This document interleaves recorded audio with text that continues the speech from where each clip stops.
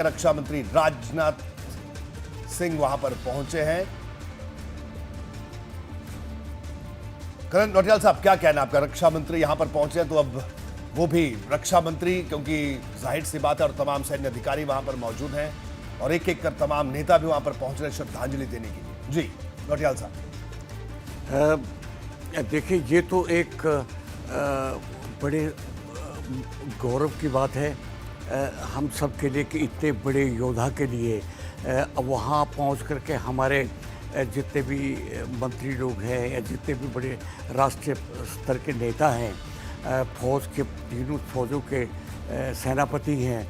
साथ में पूरे ऑफिसर्स जो हैं आर्मी के, एयरफोर्स के भी, तीनों के वहाँ श्रद्धांजलि अर्पित कर रहे हैं। ये मैं समझता हूँ ये ऐसा अवसर है जो जिससे कि एक गौरव की संज्ञा दी जा सकती है, क्योंकि जो चला गया सो चला गया, ये तो है, उस पर किसी का वो नहीं, मगर फिर भी ये बहुत बड़ी बात है कि भावभीनी श्रद्धांजलि जब दी जाती है तो लगता है कि प्रभु द्वारा किए हुए अन्याय का हम किसी हद तक विरोध कर रहे हैं, इसमें दो राय नहीं। ब्रिगेडियर निडर के बारे में एक चीज़ और कहना चाहूँगा कि ब्रिगेडियर निडर का अभी अप्रूवल हो चुका था मेजर जनरल के लिए और बहुत जल्दी ही वो मेजर जनरल बनने वाले थे। तो शायद प्रभु ने ये सोचा कि मेजर जनरल बनने के बाद इनके कंधे पे, इनकी गाड़ी पर, इनके सब जितने भी वर्दी थी उन पर 2 स्टार लगने थे, इसमें नहीं, किंतु प्रभु ने उनके अपने पास बुला करके एक ऐसा सितारा बना दिया कि तुझे एक ऐसा सितारा बनना है जो कि केवल भारत ही नहीं, समस्त विश्व जो है जिस सितारे की चमक को हमेशा देखता रहे। तो ये सितारा हम आसमां पे लगाएंगे, तुझे स्वर्ग में लगाएंगे, शायद ये सोचकर ब्रिगेडियर को ऊपर बुला लिया गया। दूसरी बात मैं इतना अवश्य कहना चाहूँगा कि भारत की सभ्यता, संस्कृति और हमारी परंपराओं में नारी को एक बहुत उच्च स्थान दिया जाता है, जबकि जयशंकर प्रसाद जी ने इसीलिए कहा है कि नारी तुम केवल श्रद्धा हो,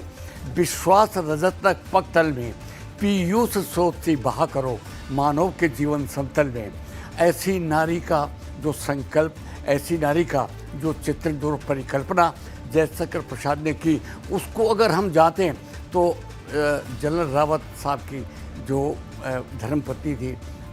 उन्होंने किस तरीके से इस परंपरा को निभाया कि मरते दम तक अपने साथी का साथ नहीं छोड़ा और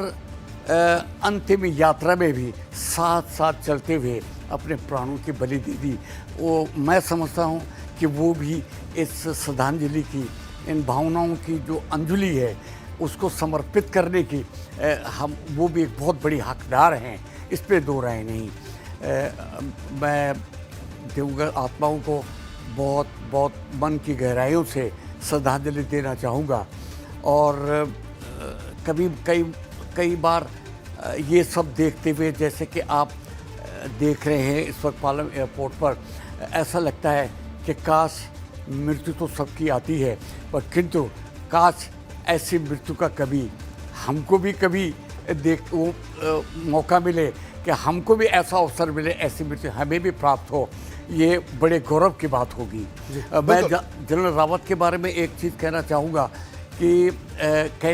उनकी सोच ये थी, वो कहते थे कि हम चलें तो आंधियाँ तूफान खुद ही चल पड़ेंगे, हम चलें तो आंधियाँ तूफान खुद ही चल पड़ेंगे, समंदर की तो बात ही क्या, अरे समंदर की तो बात ही क्या, हिमगिरी खुद ही ढल पड़ेंगे। और हम चलें तो ये दिशाएं, हम चलें तो ये दिशाएं क्या पथ हमारा रोक लेंगी, हम चले तो ये दिशाएं क्या पथ हमारा रोक लेंगी, और हम चले तो दीप क्या सूरज हजारों जल पड़ेंगे, सूरज हजारों जल पड़ेंगे। इन विभूतियों के लिए मैं समझता हूँ कि मोमबत्तियाँ या दिए बहुत कम होते हैं। जहाँ सूरज समर्पित होता है कि मैं स्वयं लाखों करोड़ों में दिया बनकर इनके पथ पर, इनके जीवन पथ पर, अंतिम यात्रा पर मैं प्रज्वलित होना चाहता हूँ, ऐसे उसके लिए मैं मन की गहराइयों से श्रद्धांजलि देना चाहूँ। बिल्कुल कर्नल सीएम नौटियाल साहब, बिल्कुल सही आपने कहा। और ये जो लम्हा है, पूरा देश इस वक्त नम आंखों से सलामी